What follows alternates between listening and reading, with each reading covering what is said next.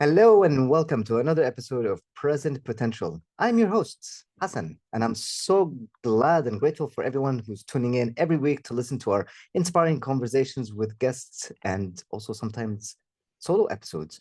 So I'm really happy that you're here and tuning in to this episode as well.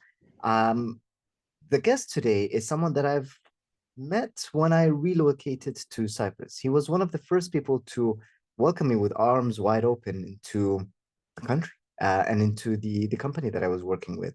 And when I told him about my podcast, he was also excited to be a guest. So I'm really grateful for him taking this opportunity to talk to us about his journey and his story. And I'm not going to talk about his journey or story because he's going to share it with us. And for now, I'm going to stop talking and I'm going to welcome our guest. Aris, welcome to Present Potential. Hi, Hassan. Thank you very much for allowing me to come on, and it's a pleasure to be on your show. I really like what you're doing. Thank you. I Uh, appreciate it. yeah, I mean it's a big change of career for you, and it's quite a brave move. So It well is. done for that. Thank you. I appreciate it. So let's start from the beginning, and I'll ask you just the most basic question that we usually ask our guests.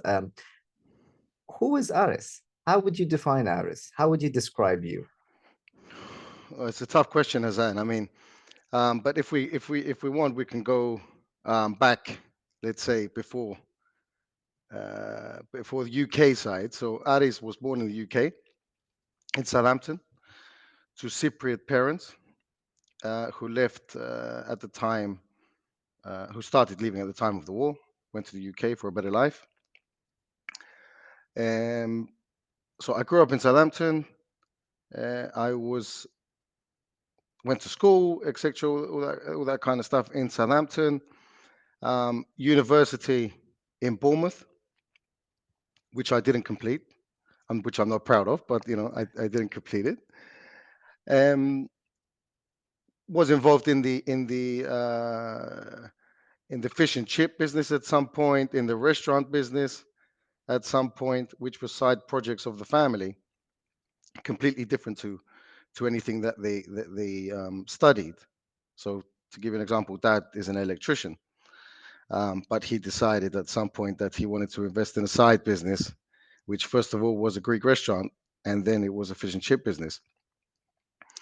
So I got involved in that while I was in the UK, which taught me a lot, and we can talk about that as well.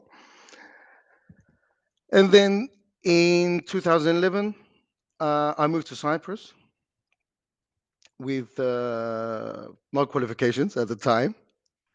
Um, and then, I managed to get a job at PwC, where I am still currently working by chance, to be honest.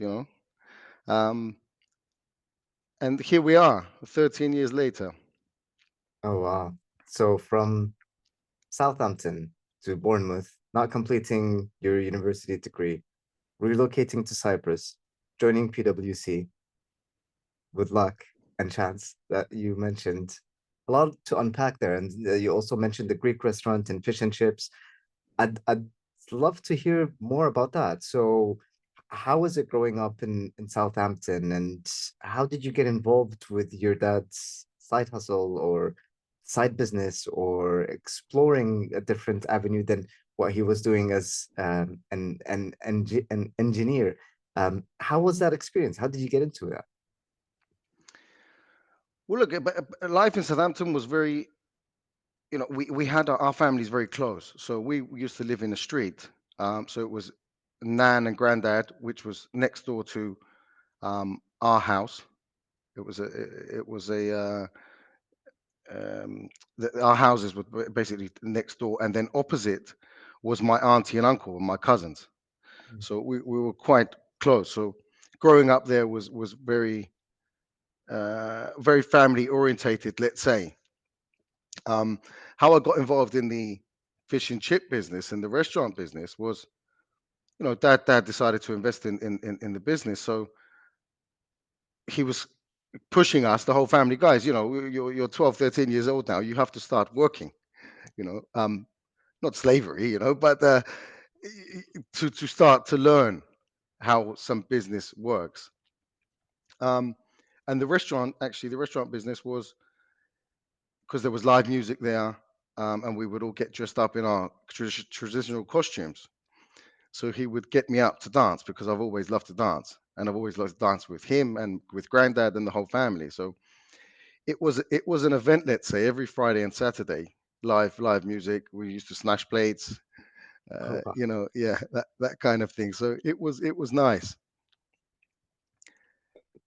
And then the fish and chip business after that um, was again, I was a little bit older then. I knew a little bit more about business, but you learn every day. It's actually probably the two business that I learned most in my life, Mm. even more than any studies that I've done, because you learn how to deal with different people at different times with different moods, and you have to react. It's not something that you can. It's not like somebody that you're sending you an email, and then you have time to respond. You have to respond on the spot. Yeah. And so in the fish and chips restaurant, no plates being smashed or dancing or anything like that. Not in the fish and chips, but I remember back in the day in the fish and chip business. Sometimes you'd go at 5 o'clock, you would be packed, and sometimes you just couldn't keep up. So you'd have to, instead of customers standing there waiting for their fish and chips, and they're just looking at the clock, and the time. If you're waiting for the time to go, it just doesn't Yeah. go. So what do you do? And I remember in 2004, it must have been 2004, when Greece won the Eurovision Song Contest. Hmm. So I would always put on that song, and I would give, a little bit, dance a little bit, and get everybody to get involved, just so the time goes. And then by the time you know it, hey, sir, it's your fish and chips. Thank you very much. Oh, we had a really great time. Thank you. You know, And how was that? So let's say when you were in both those businesses, I mean, there's more face-to-face interaction. You said it's not like an email where you can respond at a later time or so. How did that experience like shape some of the skills that you have today? What were the things that helped you become the person that you are, and you can always remember and build on those? well, I think that taught me, as I said, to how to deal with different situations and different people and different moods. Um, you take that everywhere now, because you can't. Some of us, and it happens to all of us. We can react in a split second, or get angry, or just because of our own mood sometimes. Whereas I think sometimes we just need to take a step back, take a deep breath, and try to react more, sometimes calmly or more effectively, just to not add fuel to the fire. Sometimes, if you get what I mean. Yeah. I, was there like an experience or an example of something happened, like someone coming in and demanding to have their food quicker than the others, or created some sort of riot or anger, or did you experience any of that? Well, no, I mean, we used to get people that were drunk that would come in, yeah, and then you would try to, because I don't know if you remember, but you would wrap up the chips in some paper, fish and chips, Yeah, and then some people would say, "Oh, can I put the vinegar on?" Yeah, and you're like, "Okay," but then they would just pour the vinegar like everywhere, and then you'd have to do like 50 papers to wrap it, because it's all. You would get angry then, but what can you say? We'd get drunks in, we'd get people in sometimes that I had this one guy who, the shop was packed. I was completely stressed, and he said to me, "Oh, your chili sauce isn't hot enough." And I'm like, "Okay, you can tell me that, come to the side and tell me, it's no problem." But and at the time, I had a guy who was working with me, and he said, "What did he say?" He said the chili sauce isn't hot enough, and he said, "Okay, don't worry. Does he want chili sauce today?" And I said, I asked him, I said, "Do you want chili sauce today?" And he said, "Yeah, but can you make it hot?" He said, "Okay, I'll make it hot." So he made, I don't know what he did, but he made some chili sauce. And he goes, "Oh, thank you very much." And he left. And this guy used to come in every day. He didn't come in for a week. And I said to him, I said to the guy, "There, what have you done? You must have you killed him? What's wrong with you? What did you do?" He said, "No, I just made it really hot." And then after a week, he came back in. And I said, "Oh, hi, sir. How you doing? Yeah, very well. Do you want a kebab today?" He said, "Yeah, mixed kebab with the chips and everything." I said, "The chili sauce salad." He said, "No, I have mayonnaise today." You know, so yeah, Beware what that's you wish for. yeah. Oh, that's amazing. And so what I'm hearing as well is like there's that interaction and the community that you're building and meeting the people who are regulars and come back and I'm curious as well about like the restaurant business and the dancing and how was that? Like what was it like working in that family business and then stepping out of your comfort zone, or at least for me, thinking about dancing in front of strangers every Friday or Saturday, like that would make me think twice about it. But how was it for you? How did you take that step forward? Well, originally in the restaurant business, I was washing plates, so I had to start from the bottom. Um, so washing plates, and then that was a bit, boring. And I was saying, "Dad, put me out on, I want to be out on the floor. I want to talk to people." He said, "No, not yet, not yet." So, and then after, um, he allowed me. He said, "Okay, come out onto the floor." Um, to begin with, he was nervous because you don't know what you're doing, really. Don't know, are you serving from the right? Are you serving from the left? Are these guys finished? What do what do you say to them? Then you learn, though, over time, you learn you have to smile, whether you're sad or you have to smile. If you've got customers there, it's not an option. Um, the dancing part was always great. We love that. We're a dancing family. If we have a party, the dance floor is never empty. So it was great, and that's still how it is now. So you feel Yeah, very comfortable. It's like in your zone and the family just enjoys music, celebrations, dancing. absolutely. And I mean, Dad would always get the crowd up. Then I was 12, 13 years old. I wasn't a bit shy to come on, guys, let's get up. I'll do that now. Um, but Dad would always get the crowd up, so it would be the whole restaurant would be up dancing, and that's probably why it was a major success actually. I mean, the food was good. Granddad was in the kitchen actually. Granddad was the head chef, Mm. and then Dad was on the floor getting everyone to have a good time. So if you've got good food, good music, and everyone's having a good time, you've got nothing to worry about. Yeah, absolutely. And so you worked your way up, it seems like from washing dishes and then going onto the floor. And did you ever want to become a chef or to help your grandfather who was the head chef or learn from him or No, I enjoy cooking a lot, but it would take a brave man to cook with my granddad at the time. That wasn't me. I wasn't good enough anyway to cook by the side of him. But yeah, if you're in the kitchen with granddad and it's busy, you've got to be at least 3 meters away. It's dangerous. and what are your memories from that time? Like what did you see in terms of like running a business and the people and the engagement or even like the dynamics within the family? What did you see that really stood out for you during that time? Well, look, when I guess when you're running a family business, everyone has their own opinions on how things should go.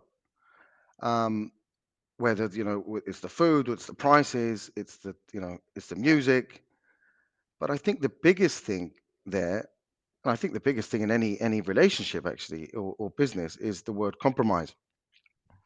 So if everyone can compromise, then there is a solution for everything.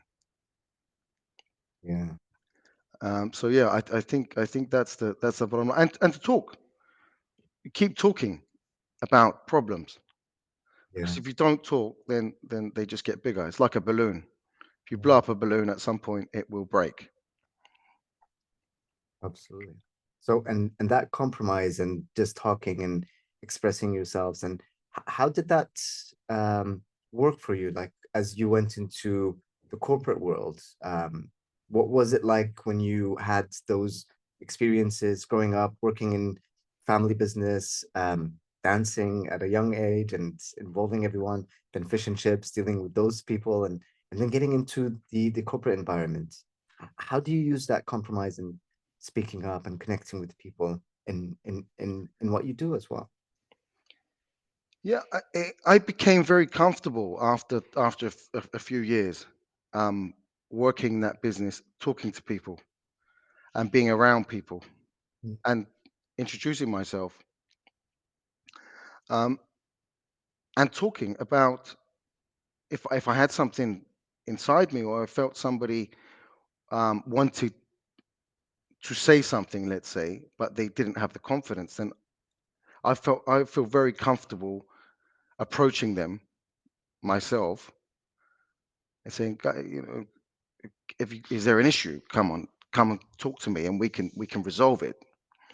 Um, that came from the businesses, but it also came from family because my family were very much, if they knew I had an issue at some point at a younger age, they would have to push it out Mm. of me, but they wouldn't give up.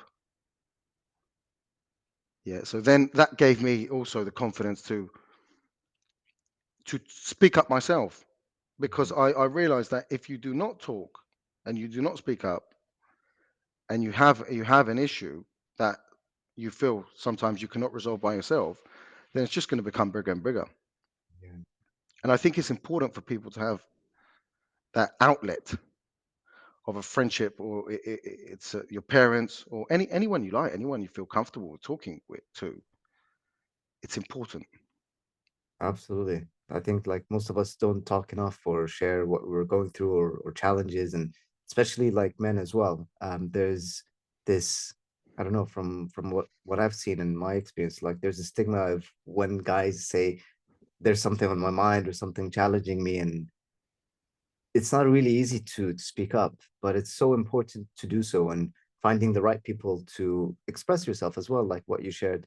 And it sounds like you have a really close family and supportive one as well in terms of helping each other with getting whatever it is that you're feeling or the challenges that you're going through. And before moving to Cyprus, so what was it that made you want to move to Cyprus? Like, what was it that attracted you to move to this island? Yeah, what was it that brought me here? Huh? Look, I used to come here every summer for holidays. When school closed, I used to be here for 3 4 weeks, and I always had in my mind that I wanted to probably live here at some point or try to live here. The key factor at the time, though, was in 2011. Actually, was when I lost someone very close to me, and it was very very difficult for me to get through it. Of you know, I had all the support in the world with the family and etc. But it was not easy for me. It was the first person that I'd lost that was close to me, very close to me. Mm. So, that was February 2011. Um, I was struggling for a little while, and then it was a split one day decision, Hassan, where I booked a ticket. Um, with my parents. I spoke to my parents and I said, I want to go. I want to take a break. And it was a split one day decision. I booked the ticket, and the next day I was here. It was a one way ticket because I didn't know if I was going to come back, if it was going to work. If it didn't work, then I could, always go back. I had my family there. And I remember at the time, Dad said to me, "I'll come with you." And he did. He came over here for a couple of weeks until I got a little bit settled. I stayed with my cousin actually for 3 months, which, he will remind you was a bit, um, you know, probably wasn't the best guest at the time. Um, but yeah, I mean, that was what brought me here. Mm. And then when I came here, my cousin was saying, "Well, why don't you make a couple of applications for work? As you're here, go for it." I mean, I think I had 3 or 4 certified exams passed. The first 3 or 4, he said he was a lecturer at the time, and he still is actually. He said, make a couple of applications to some financial firms, and then you can start your exams, start again. And I did, and I made an application actually to PwC, a couple more companies before that, uh, and they gave me a chance after 3 interviews. I had 3 interviews at the time because I was the risky option. You know, I had no qualifications, I had no experience, but my boss, who's still my boss at the time, he gave me a chance. He saw something that was different, I guess. Um, and that was 13 years ago. Wow. And I completed my certified in a couple of years because after uni, actually, Hassan, sorry, going back after uni, Yeah. when I quit, I said I will never quit anything else that I believe in, Mm. and I will never give up on anything else that I believe in.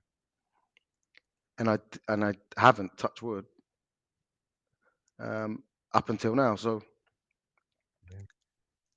yeah, so that's what brought me here, and that's what happened when I was here. Sounds like there was a lot happening when you left university as well. So you mentioned earlier that you didn't complete it and didn't get that degree, that paper, and you lost someone that was very close to you. Would you tell us a little bit about that? Like, who was it, and what what made you feel like you wanted to leave that environment or try something else and relocate to Cyprus? It was my granddad. It was my granddad, and it's in a way, life is life. There's only, as they say, there's only two things that are sure about this world: is that we'll go one day and that we will pay tax. Yeah. Well, and in so many ways, we've got to hope that it is that way. Yeah, that the older go before us. But it was tough for me because we were very very close. We would go to the football together every week. It was like an event for us. It was a weekly event. Us going to the football. We would dance together. We would laugh together. We would drink together. Yeah, it's not just granddad. I mean, this happens with dad and uncles and cousins as well because we're all very close. But yeah, it was not. I didn't handle it very well, if I'm quite honest with you, because at the time probably I was more closed than what I am now. So we're going back to the point now where you've got to speak up. Yeah, Yeah, get things out of you, even if they don't even if they don't give you any advice. Sometimes it's good just to get it out. But it's got to be what's important is who you're who you're getting it out to. yeah, Yeah, for sure, because not everyone has your best interests. definitely. Yeah, and when we're younger, I think you know my example was my parents would give me some advice, and you most of the time you would never take it because you thought you knew better. But actually, your parents are probably the only people that are going to give you the hard truth, whether you like it or not. Yeah. Thanks for sharing that with us, and I'm glad that that change of environment and also connecting with others and your cousin supporting you and applying and then committing to completing whatever it is that you're doing and not quitting again and eventually becoming a certified and having that paper to do something more and more.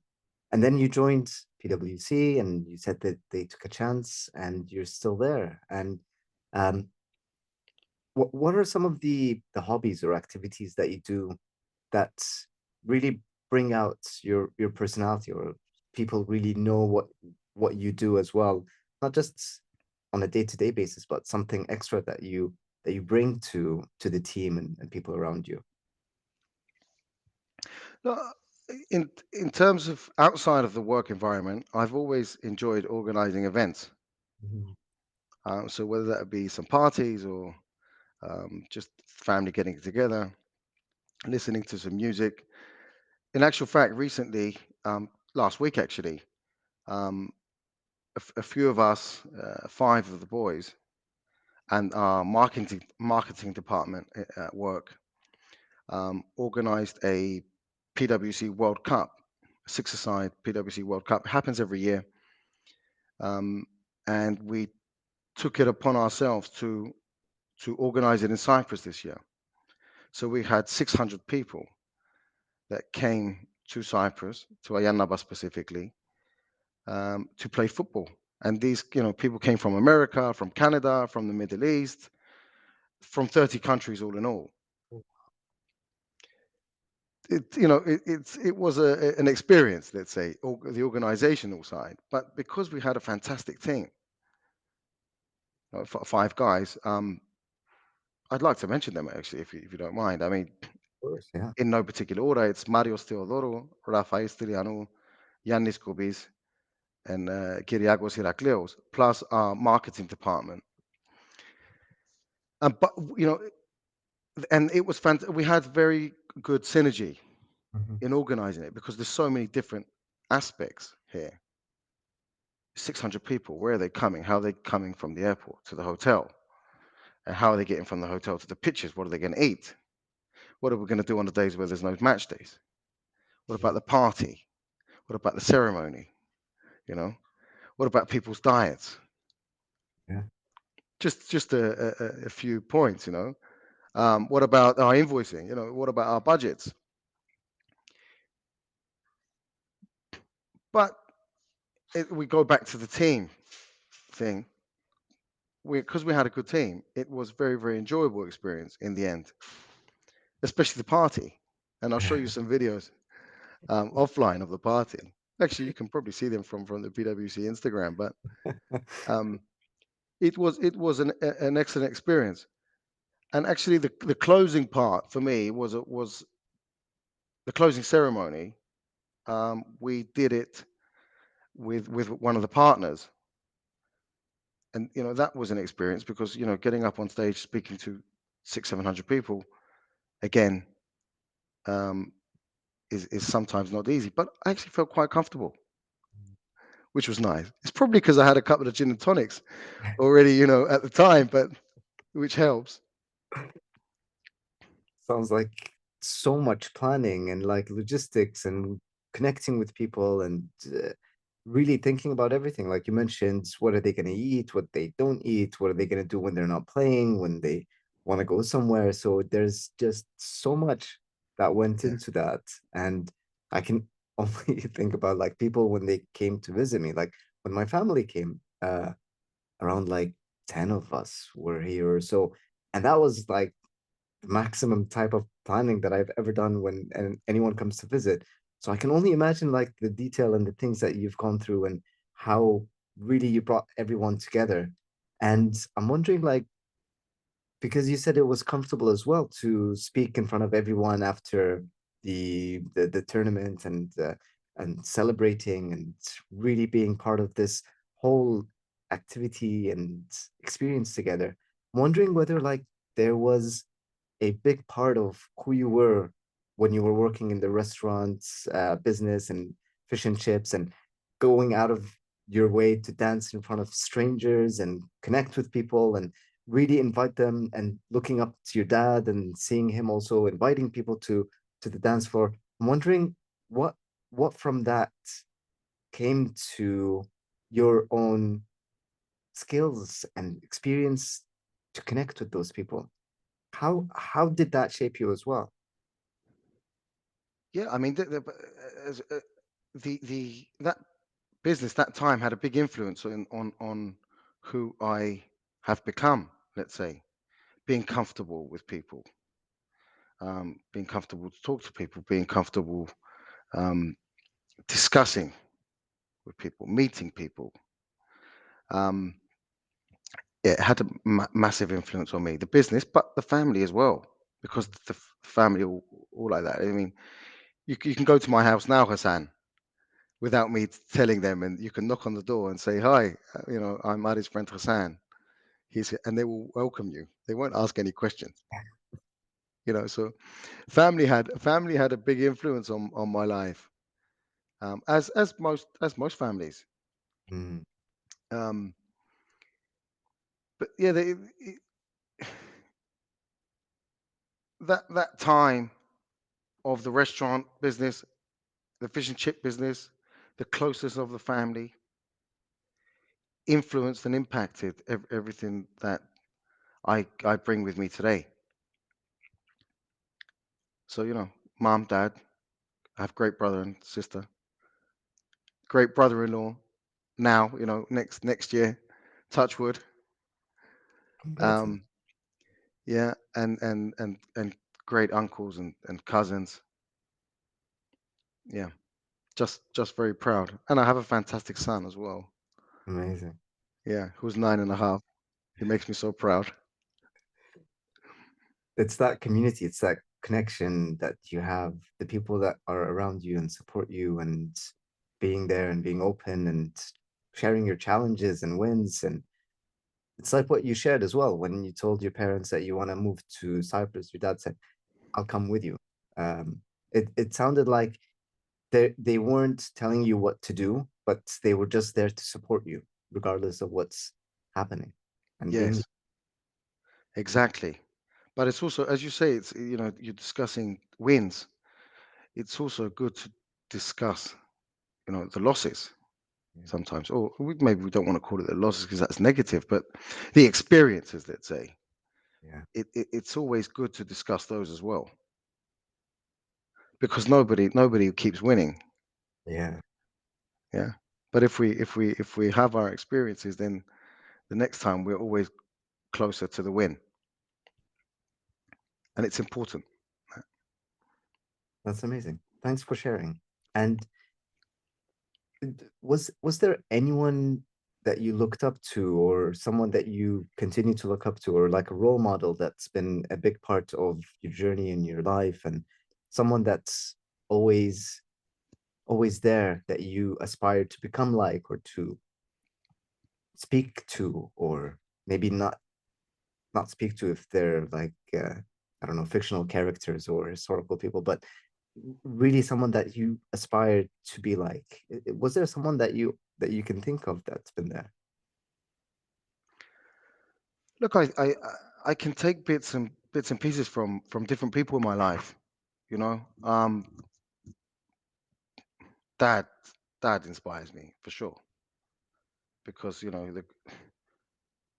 he moved to the UK probably not knowing any English. Went to study, got a first class in electrical engineering, and then built upwards. Um, and that was must not have been easy. I mean, we're talking about me moving to Cyprus from the UK to Cyprus, but knowing the language and having people already here. Yeah, The other way round must have been so much more difficult, not knowing the language, not having many people there, not having any money, So you have to start from the beginning, from the bottom in a way. So the commitment and the you just need to be so committed, I guess, and powerful to achieve what you have achieved. So dad for sure inspires me. Yeah. thanks again for sharing. And um before we wrap up, and we have like a tradition on the podcast of asking a question, was there anything that you wanted to also share that maybe I didn't ask, or we didn't go into in detail, that you'd like to say more about?